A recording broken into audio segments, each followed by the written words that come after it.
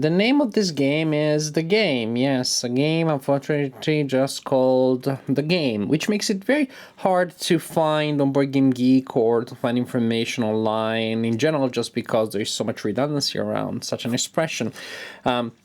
And I may have never heard of this game if I hadn't seen a physical copy at my friendly local game store and decided to, what the heck, give it a try, even though I knew absolutely nothing about.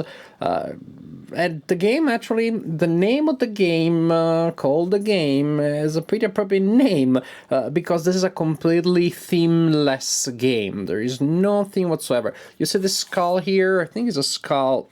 It could be anything. It could be pink flamingos or Sicilian old ladies drinking coffee. It wouldn't matter. The game, called The Game, has no theme. But I saw it, I decided, what the heck, I don't know, to give it a try. And I'm kind of happy I did, because it's a very simple game, but it's a pleasant game. The easiest way to find it, I found, is simply to look on Board Game Geek for the publisher, Pandasaurus. I guess IDW would work too. And then from the game of the publisher, you simply find the one that is called The Game. Also, you can use the name of the designer, I think. It's a very simple game, completely abstract. You will have a rule book, or better, rule sheet. This is all you need to know to play the game, called The Game. And then you have 102 cards. You have 4 cards like this, with the number 100 and the number 1 written on it, and you put them like this in a line, and then you have 98 cards, and these cards have numbers between 2 and 99, and that is it. That's all the game is. A deck of 98 cards with 98 different numbers written on them.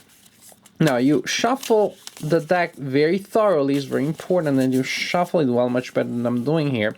And then you give each player a number of cards depending on the number of players. Let's say we're going to play with 6 cards. The number, as I said, changes with the number of players.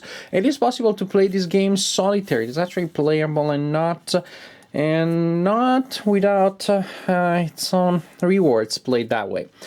But if you're playing in multiplayer, then you're giving each player a hand of cards. The players look at their cards, and they can talk, but they cannot say to each other what they have in their hand, and they cannot give information that would give away the exact numbers that they have. I can maybe say, in certain cases, some indication that tells players that I have something probably around the 60, the early 60s, meaning maybe 62, 63, 64, but I cannot say 62.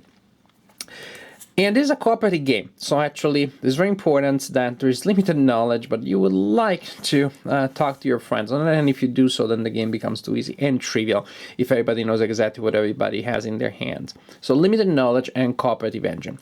How does the game work? Simplicity itself. When it is your turn, you put down a minimum number of cards. Usually it is 2, but you can play with more. And you need to put them by one of these cards here. If you put them attached to a card with the number 1, it has to be, well, it's not hard at the beginning, higher than 1.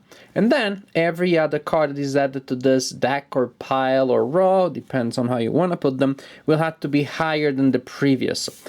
If you put your card by one of the 100 cards with that also have an arrow pointing down, then the first one has to be lower than 100. Very simple. But then the following ones have to be lower than the previous one. Right now I have a pretty bad hand because I have intermediate numbers. Suppose that I decide to play these 2 cards here, like this, 68 and 62. You could play them in a row so you see exactly what you have and what has not come out yet, but of course it will become less manageable, or you can make piles, whichever way you want. After you are done playing your cards, the minimum is 2, but you could play any number up to your entire hand of cards. After that, you draw an equal number of cards equal to what you played, and your turn is over, goes to the next player. What's going on here? Well, now I have different cards, but still not all that great. At the beginning, it would be good to have very low or very high numbers. And for example, here I have a 74. I cannot play it here because this is the deck or the pile is going down and we're already to 62, so I wouldn't be able to play anything higher than 61. The other ones are open. Suppose I want to play that card there, and then I'm going to play a 19 here. And you continue like this. Simply in the piles that go up, you can only put cards that are higher than the previous one, like here 19, 23, 38, in piles that have the arrow going down. Then you can only put cards that are lower than the previous one. There's only one exception, which happens when you have two cards that are exactly 10 numbers apart, say 29 and 39, or 63 and 53. Of course, now if I were to look around the deck, I would never find one, or if I saw it, since I'm talking and thinking of a million things as I'm talking, I wouldn't even see the connection. But you understand, of course, 38, 28, 62, 52. So if you play a card which is at the 10 numbers apart from the previous one, it can be played against the order. That is, if it's in a pile going down, and this is the situation, I could play 72, kind of like bringing the total back a little bit more. And then I could play an 82 and maybe a 92. You kind of reset or say rewind the deck a little bit. Here the same thing, the cards are going up in increasing values, but if you play a card that is exactly 10 points lower than the previous card, then it can go against the usual current. So I will be able to play a 28 here. And here again is the deck going down. I have 74, I would be able to play 84.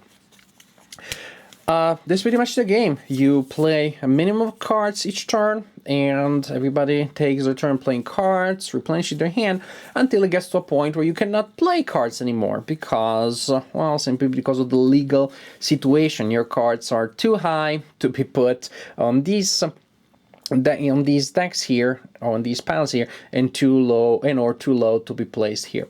At the end of the game, if you are left at the end with a total of 10 unplayed cards, then you did well. That is described in the rules as a good result. If you manage to play all of your cards, then you beat the game. Then you simply have won a full, complete victory.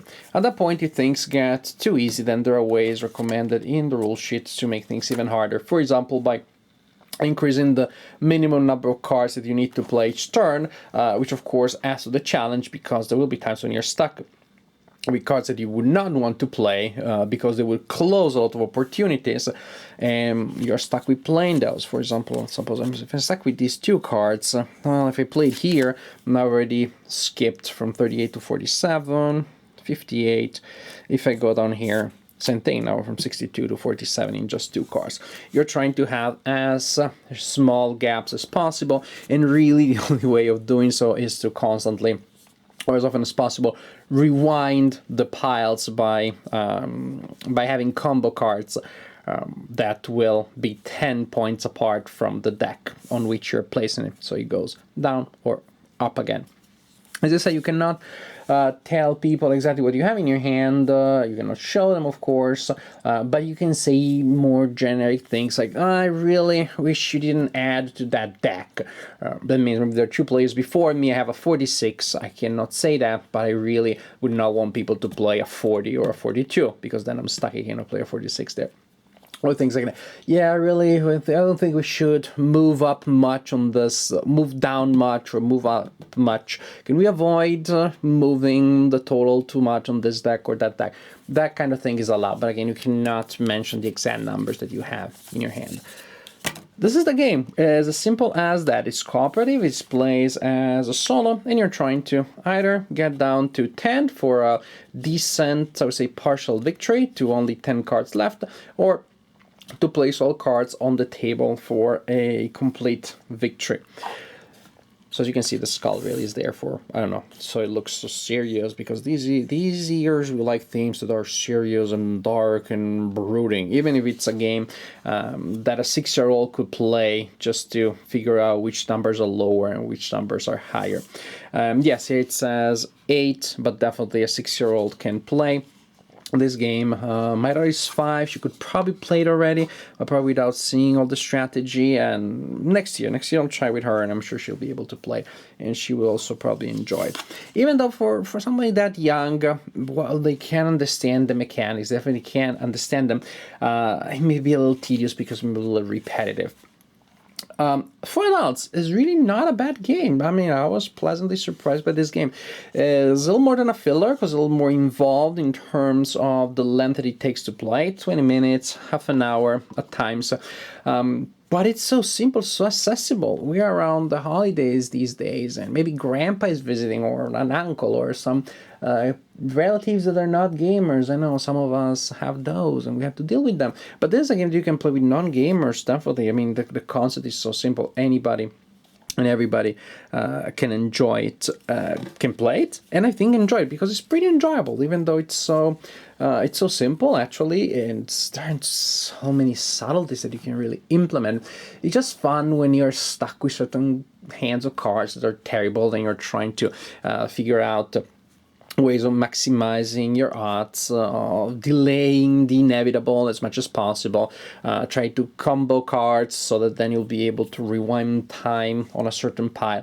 There are a lot of small decisions that are interesting, that have to do with hand management, but really the fun part is when you're stuck with a hand that you would not want to play, and you have to play it, and then you have to limit the damage. That to me is the most interesting part, the challenge of having less than ideal hands of cards, and having to minimize the damage they will do to you in the overall thing.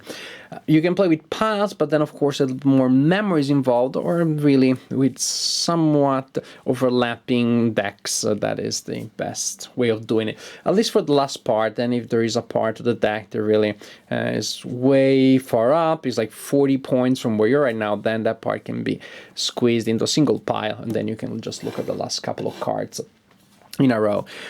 With 4 rows, you have a little bit of flexibility, but of course, well, that's very limited. It's a fun, simple game. I mean, it's really admirable what can be done with simply a deck of cards with sequential numbers and pretty much nothing else. Everything else that you see on these cards is simply decorative. Cards with numbers, and the obligation of placing them in a sequence. There are games of this kind, of course, and Lost Cities comes to mind, of course. The Limited Knowledge, you can think of Hanabi, of course you can see your cards here, but Limited Knowledge and Cooperative. There are a couple of other games that have similar ideas that we've seen in the last couple of years, and I'd say this one is pretty inventive in its simplicity, in its truly minimalistic simplicity. It's a pleasant little game, nothing astounding, nothing earth-shattering, but for a little break, for a little filler, with a little bit of thinking that you have to do, and something that you can teach to anybody and play with anybody, well, the game is really not bad. It's not bad at all. And also, as I mentioned, passing is not bad as a solitaire. It's pretty pleasant. There are solitaires that may be more exciting, but it's a little bit of interesting puzzle here. When I don't feel like setting up a complex solitaire war game, I think this could be a good option to get my brain working for 20-15 minutes for an interesting, simple challenge that has enough to keep me going and to keep me interested without really being too complicated or too complex in any sense. So the game, it's a filler. It's a simple filler, but it's a fairly good filler.